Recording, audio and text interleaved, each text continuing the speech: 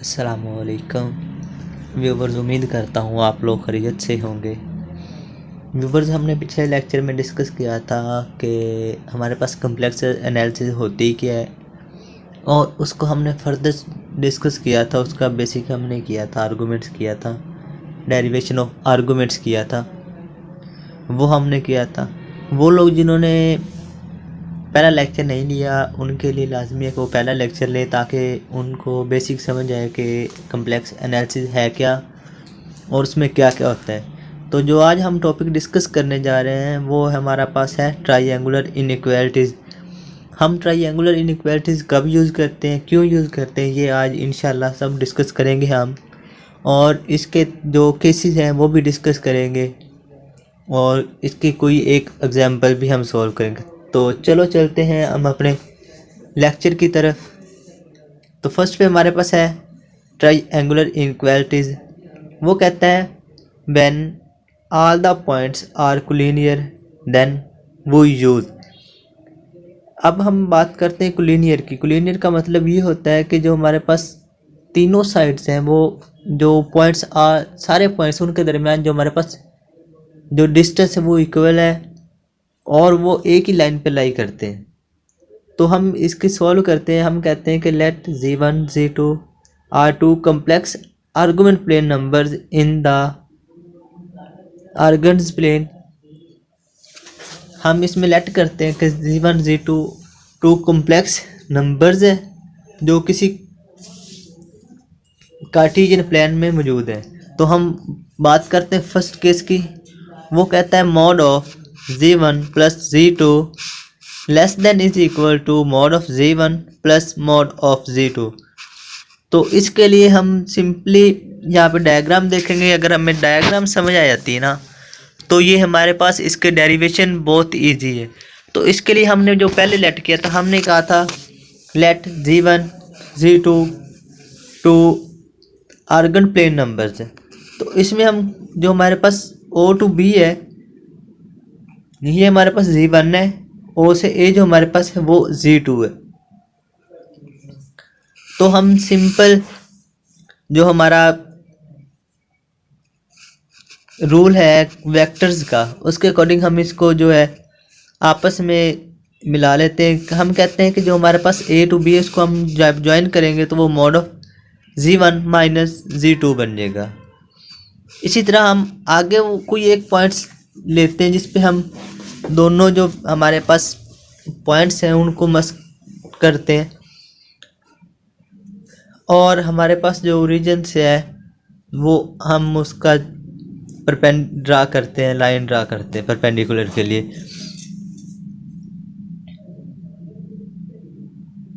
तो फर्स्ट वाला हम डिस्कस करते हैं। हम कहते हैं कि हम ट्राइएंगल AOC लेते हैं। ट्राइएंगल AOC जो हमने लाइन ड्रा की थी O और C को ज्वाइन किया था जिस लाइन से, वो line O to A and A to C। उसके लिए हम लेते हैं कि हमारे पास फर्स्ट पे तो हमारे पास z2 आ गया, ऊपर जो AC है वो भी डिस्टेंस मॉड ऑफ z1 है।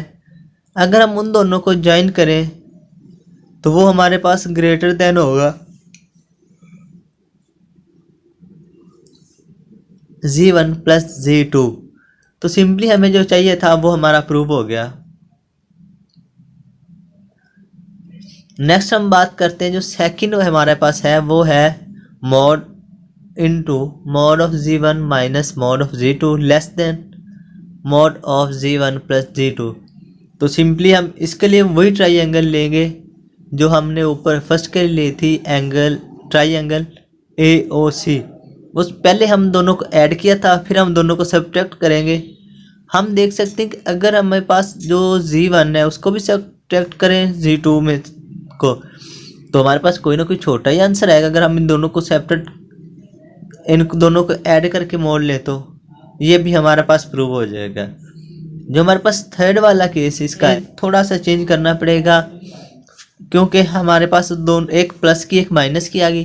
तो हम इसके लिए ट्राइएंगल चेंज करेंगे। हम कहते हैं फर्स्ट पे हमने AOC लिया था, अब हम कहते हैं AOB लेते हैं। अगर हम AOB के अकॉर्डिंग देखें तो हमारे पास z1 प्लस z2 भी है, z1 माइनस z2 भी है, इन दोनों का मॉड भी है। तो हम वो डिस्कस कर सकते हैं। ये हमने नीचे ट्राइंगल भी ड्रा की है। एक हमारे पास ओ ए वो Z2 है, ओ बी जो हमारे पास Z1 है, जो ए बी हमारे पास साइड है वो Z1 माइनस Z2 है। और फोर्थ वाला पार्ट भी इसी तरह हम करते हैं।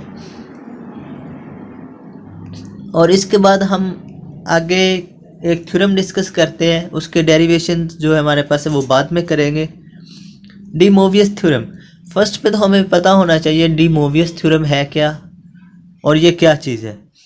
डी मोवियस थ्योरम हमारे पास जो होता है ये पावर को डील करता है। जब हमारे पास कोई कम्प्लेक्स नंबर्स होते हैं या एक रियल नंबर की कम्प्लेक्स पावर आ जाती है, उसकी पावर फ्रैक्शन में आ जाती है, जो वर्ड्स ऑन वो जो भी आती है उसको ये डील करता है। तो इसको हम डिस्कस करते हैं।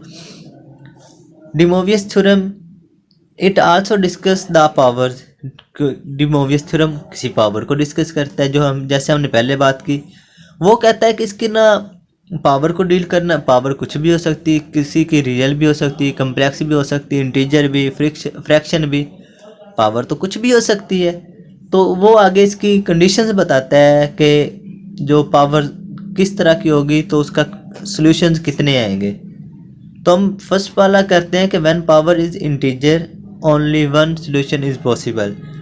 वो कहता है कि जब हमारे पास कोई भी एक रियल नंबर की पावर रियल नंबर आएगी तो जो उसका हमारे पास सॉल्यूशन आएगा वो ओनली सिंगल सॉल्यूशन आएगा, कभी भी उसके more than one solution possible नहीं होंगे। तो नेक्स्ट में वो बात करता है when the solution is fraction, when the power,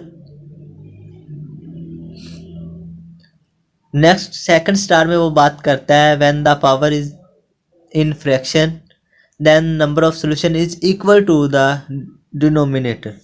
वो कहता है कि जब हम किसी भी रियल नंबर की पावर फ्रैक्शन में आएगी तो उसके उतने ही सॉल्यूशन पॉसिबल करेंगे जितनी के जो फ्रैक्शन में पावर आ गई, फ्रैक्शन का डिनोमिनेटर होगा, उतने ही सॉल्यूशन पॉसिबल होंगे। तो चलते हैं हम इसकी जो हमारे पास एक जर्नल एग्जांपल है वो सॉल्व करते हैं, उसके बाद हम देखते हैं आगे। एग्जांपल में वो बताता है cos theta plus iota sine theta की power n is equal to cos n theta plus iota sine n theta. इसको हम सॉल्व करते हैं। हम लेफ्ट साइड लेते हैं cos theta plus iota sine theta की पावर n। तो एक हमने डिस्कस बात करनी है कि e की पावर आयोटा थीटा जो है ना, ये एक फार्मूला है, इसका जो इक्वल टू आता है वो है cos theta plus iota sine theta. अगर हम कहीं पे भी e की पावर आयोटा थीटा दिया हो तो उसकी जगह पे हम cos theta plus iota sine theta replace कर सकते। इसको हमने ऐसे रिप्लेस किया। उसके बाद जो हमारे पास n थीटा है, n को हम साइड पे ले आएंगे। उसके बाद हमारे पास थीटा मल्टीप्लाई हो रहा है तो सिंपली हम ऊपर रिप्लेस करेंगे cos of theta plus iota sign of theta. तो इसके साथ ही हम वीडियो का इस लेक्चर का अख्ताम करते हैं। इंशाल्लाह मिलते हैं नेक्स्ट लेक्चर में, जिसमें हम डिस्कस करेंगे कि जो हमारे पास किसी भी कम्प्लेक्स नंबर के रूट फाइंड करने के लिए जो हमें फार्मूला है वो हम कैसे ड्राइव करते हैं।